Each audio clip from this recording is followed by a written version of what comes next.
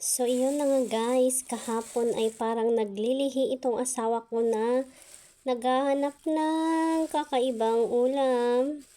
And syempre, dahil masunurin tayong asawa at baka hindi mabuo yung ipinaglilihi niya, pumunta tayo guys, naghanap.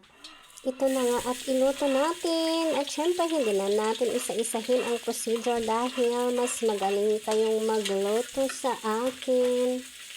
Kayo din ba guys, kapag nagki-crave ang inyong mga asawa, pinagbibigyan nyo ba? Kapag masipag magtrabaho guys, bakit hindi pagbigyan, no? Total pera din naman nila ang pambili.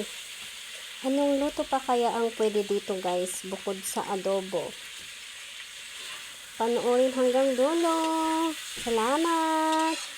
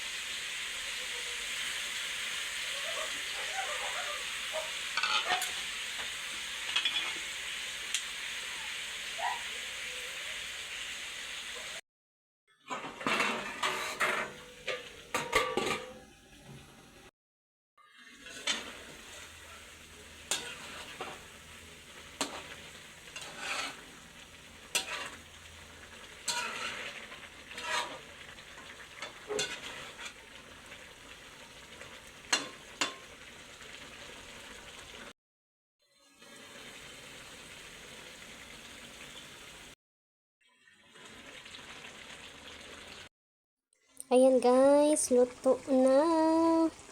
Pwede nang kumain. At ito na pala yung mga cuttings no, na pinakita ko nung last na itanim na natin. Hindi na na-videohan kasi gabi ko na sila na itanim. Yan lang for today's video guys. Thank you for watching. Bye!